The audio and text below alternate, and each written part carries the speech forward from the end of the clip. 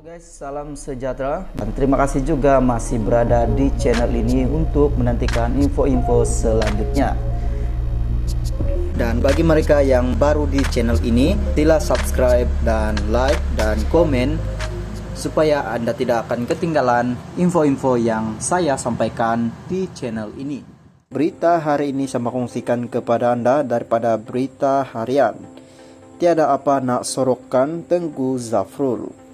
Kuala Lumpur, Menteri Perdagangan Antarabangsa dan Industri Tengku Datuk Seri Zafrul Abdul Aziz bersedia untuk memberi kerjasama penuh kepada Suruhanjaya Pencegah Rasuah Malaysia SPRM berhubung dakwaan penyelewengan dana RM600 bilion. Tiada apa nak disorokkan, setakat ini SPRM belum hubungi saya, sekiranya dihubungi saya akan beri kerjasama penuh, katanya dalam satu hantaran di Twitter beliau hari ini.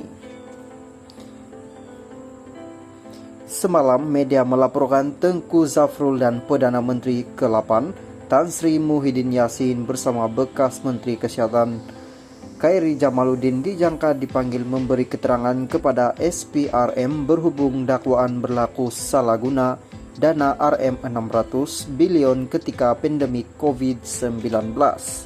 Ketika pentadbiran Muhyiddin sebagai Perdana Menteri, Tengku Zafrul dilantik sebagai Menteri Keuangan.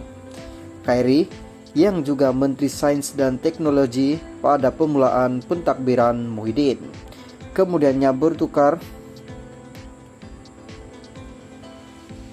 portofolio itu dengan Datuk Dr. Adham Ababa sebagai Menteri Kesihatan. Terdahulu, Perdana Menteri Datuk Seri Anwar Ibrahim berkata, pegawai Kementerian Keuangan mengesahkan bahawa ada pelanggaran serius prosedur berhubung dakwaan pembelanjaan hampir 600 bilion ketika pentadbiran kerajaan diterajui Muhyiddin. Terdahulu, Muhyiddin dilapor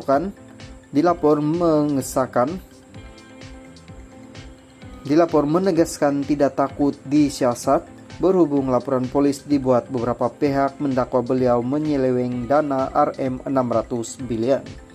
Pengurus CPN itu menerusi hantaran di Facebook menjelaskan tidak mungkin beliau menyeleweng dana itu memandangkan ia adalah wang individu dalam kumpulan wang simpanan pekerja KWSP serta bank yang bukan di bawah kawalannya.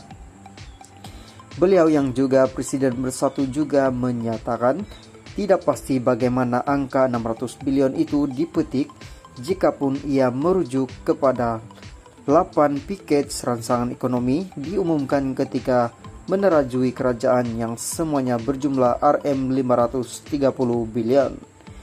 Bekas Ketua Setiausaha sulit kepada Muhyiddin, Datuk Dr. Marzuki Muhammad pula dilapor berkata dakwaan penyelewengan dana bernilai 600 bilion sebenarnya tidak wujud dan sekadar perang saraf lapuk untuk memburukan pentadbiran Muhyiddin.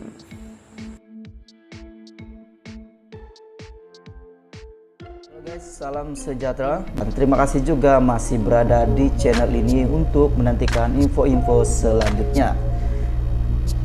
Dan bagi mereka yang baru di channel ini, sila subscribe dan like dan komen supaya Anda tidak akan ketinggalan info-info yang saya sampaikan di channel ini. Berita hari ini saya kongsikan kepada Anda daripada berita harian. Hadi Awang sedia lawan di mahkamah.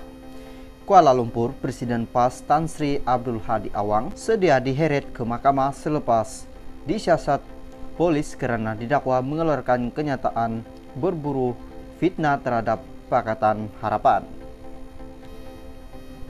Saya memberi kerjasama yang sepenuhnya kepada polis dan bersedia untuk tindakan selanjutnya, sama ada ke mahkamah atau sebagainya. Ini giliran saya lah disiasat dan saya nampak kerajaan baru ini sangat proaktif. Saya minta supaya giliran pihak lain yaitu PH yang mengeluarkan kenyataan menyentuh umat Islam juga disegerakan, disiasat sama Kita tunggu dan lihat, katanya kepada pemberita hari ini.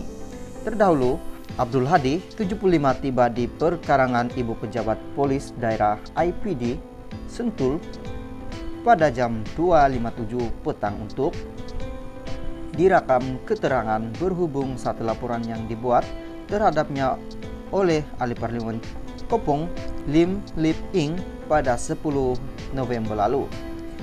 Lip Ing yang juga setiausaha di EPI wilayah Persekutuan Kuala Lumpur mendakwa Abdul Hadi mengeluarkan kenyataan blur fitnah terhadap PH yang mengaitkan PH dengan pahaman komunis, anti raja serta anti Tuhan dalam ceramah pilihan raya lalu.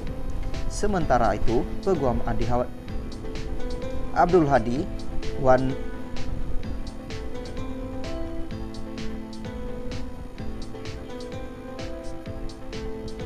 Wan Rohim Wan Daud berkata Presiden PAS itu dipanggil untuk direkam keterangan berikutan laporan polis yang dibuat terhadapnya di IPD Sentul, IPD Dangwangi, dan IPD Alor Setar Kedah.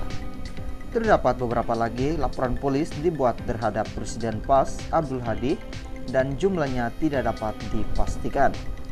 Siasatan polis dijalankan mengikut Section 505 Kunun Keseksaan dan Section 233 Akta Komunikasi dan Multimedia 1998 katanya. Halo guys, salam sejahtera dan terima kasih juga masih berada di channel ini untuk menantikan info-info selanjutnya. Dan bagi mereka yang baru di channel ini, sila subscribe dan like dan komen supaya Anda tidak akan ketinggalan info-info yang saya sampaikan di channel ini. Berita hari ini saya kongsikan kepada Anda daripada berita harian. 183 ahli Dewan Rakyat hadir taklimat. Kuala Lumpur seramai 183 ahli Dewan Rakyat Majelis Parlimen ke-15 tahun 2022 diberi taklimat persidangan Dewan Rakyat oleh Yang Dipertua Dewan Rakyat Tan Sri Azhar Azizan Harun dan Ketua Pentakbiran Parlimen Datu Nurhayati Awang hari ini. Bahagian komunikasi Parlimen Malaysia dalam kenyataan hari ini memaklumkan semua ahli turut diberi penerangan berkaitan prosedur dan perjalanan Dewan Rakyat oleh Setiausaha Dewan Rakyat Dr. Nizam Maidin. Turut hadir pada taklimat yang diadakan di Dewan Bangunan Parlimen ialah Timbalan Perdana Menteri yang juga Menteri Perdagangan dan Komoditi Datuk Seri Fadila Yusof serta pegawai kanan Parlimen. Parlimen Malaysia mengalu-alukan kehadiran semua ahli Dewan Rakyat Malaysia Parlimen ke-15 dan ucapan tahniah atas kejayaan untuk melaksanakan